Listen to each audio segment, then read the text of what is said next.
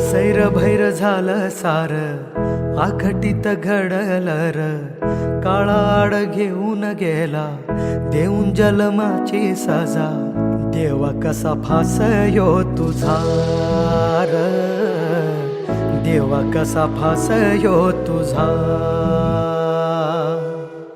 अंधारल घरदार शिवार, अनाथ झाला ह्यो तुझा परिवार, नकळत काळ कोपला.